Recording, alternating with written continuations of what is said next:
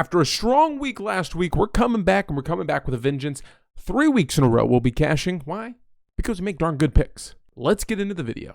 My name's Bradley with Allaqcess Sports, bringing you another episode of our sleepers, studs, and stacks. We'll talk about guys under $5,500 that you can put into your lineup and get really good value for. Those studs, the high-priced guys, the guys that are at the upper echelon, the highest tier of tiers. Which ones are going to pay off because you can't afford to miss out on the top-tier guys. It's too much of your wallet share. And your stack. So what wide receiver can you possibly pair with a quarterback to get you the best lineup possible? We'll roll through it pretty quickly today. I know I already talk fast, so this one might be pretty quick. If you haven't already, give a thumbs up to the channel. If you're coming back to this video because you've been here before and you enjoy the video at any time, hit subscribe so you don't miss another one. Everyone's welcome in the Allaqcess Lounge. So let's crack open a cold one and get into the video.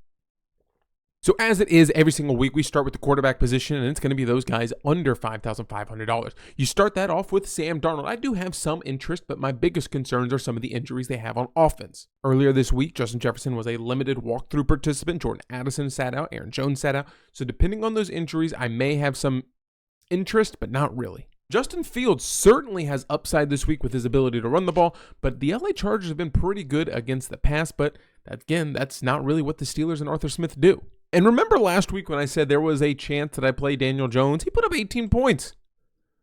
We're not doing that again. No, sir. No DJ here. Danny Dimes. More like Danny go sit on my bench for a couple weeks. Last time he played, 56 passes, over 250 yards, 2 tutties. It's $4,800. If we get 20 points out of this matchup, that would be insane. But no way. No way am I touching that. Bet with your head, not your heart, Bradley. So it looks like we're probably going to be paying up for quarterback this week. I don't really love those below $5,500 values. So where do we start? Give me Kyler Murray at $6,900 going up against the defense in the Detroit Lions that got torched for 21 targets by Cooper Kupp out of the slot. Got burned for 30 fantasy points by Chris Godwin out of the slot. I look for him to get Greg Dortch, Michael Wilson, Marvin Harrison Jr., and Trey McBride.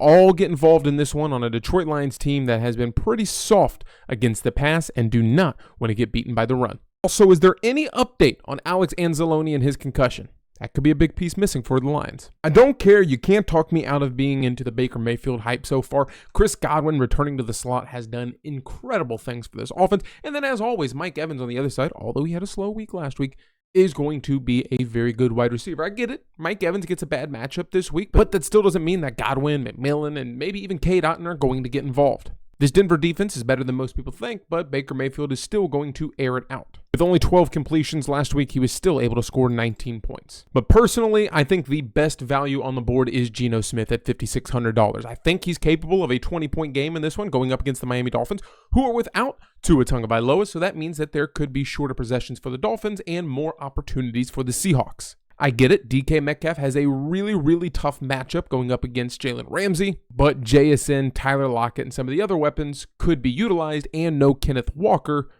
Maybe they do air it out a little bit more than usual. At $5,600, again, if I'm looking to get 3 or 4 times my value, 20 points is certainly in his realm of outcome or his range of outcomes where he's gotten 18 and 20 so far this season, and he's only been at $5,500 now, up only $100. When I look at some of the names ahead of him, like Caleb Williams, Justin Herbert in a low volume offense, Matthew Stafford, minus a few weapons, Jordan Love, don't even know if he's going to be playing yet.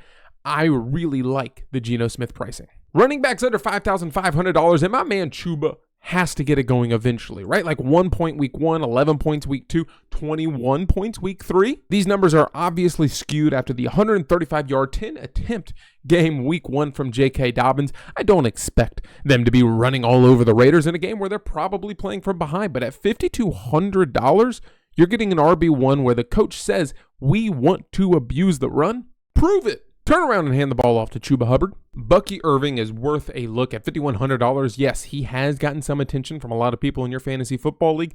And yes, he only saw about half of the snaps that Rachaad White saw last week.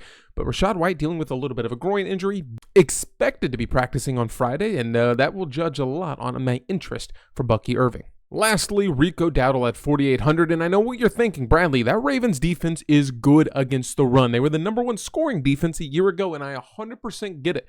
But my idea is PPR is king. And this is a guy that saw 5 targets out of the backfield last week. He outpaced Ezekiel Elliott, gained more yards than Ezekiel Elliott. And with a defense, with Marlon Humphreys, that's going to be focused on slowing down CeeDee Lamb, someone else needs to be the playmaker, and Rico Dowdle is capable of getting more touches. At 4,800 points, if he's able to just stumble into the end zone for me one time is all I ask, Lord. I don't love it because I only play one lineup, maybe 2, and I'll play a lot of 50-50s and double-ups, but if you're entering 150 or max entering contest, I think Rico Dowdle has to at least be on your radar for the under $5,500 realm. Alvin Kamara with a huge price hike up to $7,500. I've said it all off season. If you've been in the TikTok lives, you know exactly what I'm talking about. Alvin Kamara is one of the most underrated and continues to be one of the most underrated running backs in the league. He's always going to find a way to touch the ball. Now you get a Philadelphia Eagles defense that has been gashed at times in the running game. They're at home. Chris Olave draws a lot of attention. Rashid Shaheed can take the top off. Alvin Kamara has a lot of room to operate underneath. Vic Fangio's defense has not been very, very good, and they've been vulnerable at times. I really like Alvin Kamara. $7,500 is a big price kick, but he's kind of worth it and one of my favorite running backs of the week. By the way, before I forget, Dameon Pierce and Joe Mixon are probably going to be no-shows at Friday's practice, which means Cam Akers is in line to start against the Minnesota Vikings. Now, that is a pretty good defense, pretty good. They've slowed down a lot of people, but they still gave up big chunks of yardage to Jordan Mason, whom I also like this week. So keep Cam Akers on your radar. Now, if I draft DA, it could go one of 2 ways. Number one, they could get outscored, blown out by Seattle, and it's no chance that they have anything to do with the running game because they're going to need to pass the ball to keep up. Or do they keep the ball out of Skylar Thompson's hands because they want to run the ball? He only has 1 touchdown in the last, 8 games that he's played? Hand it off to one of your most effective and efficient weapons. That also means you're going to keep the ball safe and hopefully keep your defense off the field. The aforementioned Jordan Mason, again, 100 yards against Minnesota. Shout out Cam Akers.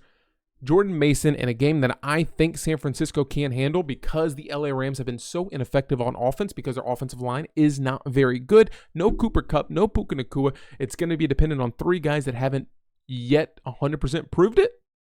Jordan Whittington is nice. Tyler Johnson's nice. Demarcus Robinson was okay at the end of the year last year. Colby Parkinson, where do we stand on that?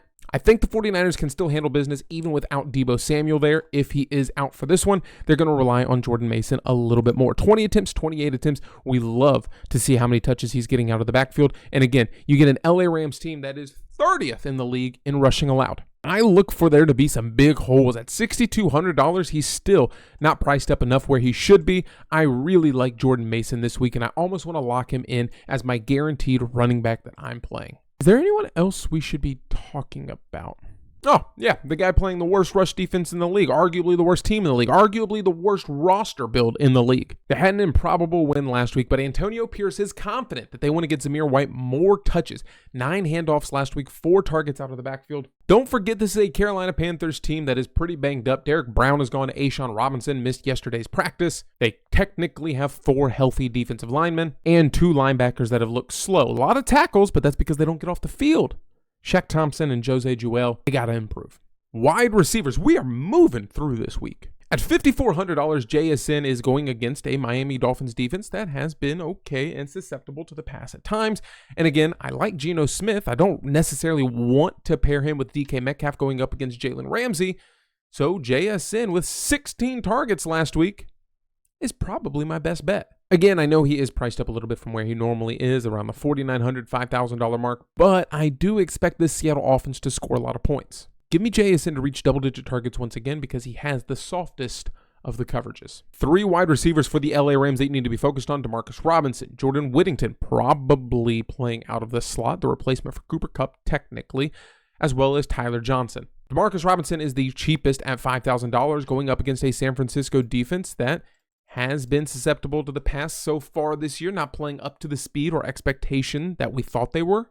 Got beat by the Vikings last week in the passing game. Again, that Rams offensive line is atrocious. I mentioned it earlier, the Arizona Cardinals in that game against the Detroit Lions wanting to go for the guy that's in the slot, which would be Greg Dortch, and that's where he sees the majority of his snaps. We already saw week 1 going against Buffalo that Kyler Murray wanted him to be his favorite target in that game. At $4,500, he gets priced down from where he was in that Rams game, but now gets the worst team against slot receivers in the Detroit Lions. Bounce back game, anyone? One of the biggest concerns is the fact that Greg Dortch snap share fell in week 2. I think he went from 65 week 1 to about 40% week 2. We need him to be on the field if that's the case. We know Detroit can score. I think that means Arizona has to keep their passing attack in there, and with the Lions being so focused on stopping the run and being okay to be beaten by the pass, I think they go 3 wide. Also, how did I not talk about Rashid Shaheed? One of the biggest stories so far in this NFL season is the New Orleans Saints taking down the Carolina Panthers handily. It was basically over within 5 minutes of that game, and then beating down the Dallas Cowboys 44-19. Rashid Shaheed, Chris Olave basically have identical stats. I've already talked about how much I don't love this Philadelphia Eagles defense so far this season, and Rashid Shaheed has been getting it done. He's kind of been a boom or bust guy in the past, but right now, it's pretty consistent. Wide receivers at the top, we talked about CeeDee Lamb a little bit, how much I love him game in and game out, getting massive amounts of targets. This is the game where Baltimore should be very, very competitive against the Cowboys. My problem is he's questionable. We're not positive that he's going to play, which means the next most expensive, Justin Jefferson. He's questionable. He might not play. Tyreek Hill, no Tua. Does that mean Amon-Ra St. Brown is the best upper tier wide receiver that's on the board? Going up against an Arizona Cardinals defense, he got 19 targets last week. I think you can get maybe a similar game flow. It's a game where Arizona and Detroit should be able to score points. I think that means both teams have to keep their wide receivers on the field. $8,200 is a big chunk of change to bite off, but I think he's going to continue to be Jared Goff's favorite target and should be, rightfully so. Devontae Adams gets the Carolina Panthers. That's a game that they should win. I don't know how much Luke Getsy, the offensive coordinator, is going to be throwing there. Marvin Harrison, a lot of yards, very few catches last week. I don't think he's going to be able to replicate a 32-point performance on 4 catches.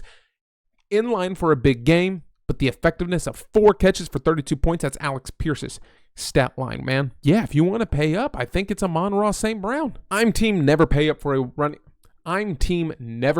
a tight end. I want to look at guys that are under $5,500 or even cheaper. I think you can get bottom of the barrel and pay off. You look at some of the guys in this range, Pat Freiermuth with 7.5 points per game, getting 4 catches a game. Chig out of Tennessee going up against Green Bay, a game that they probably are going to be needing to score points. Chig, Colby Parkinson with so many weapons that are gone is an interesting play. Jonnu Smith, is Skylar Thompson going to keep it close, safe? Jonnu Smith, worth a look. And then Cade Otton going up against Denver. Is he finally going to get involved? I don't know, maybe. My favorite tight end that's on the slate would be George Kittle because they don't have Deebo Samuel going up against a Ram defense that has been very, very soft. Brock Bowers against the aforementioned bad Carolina Panthers with linebackers that cannot cover.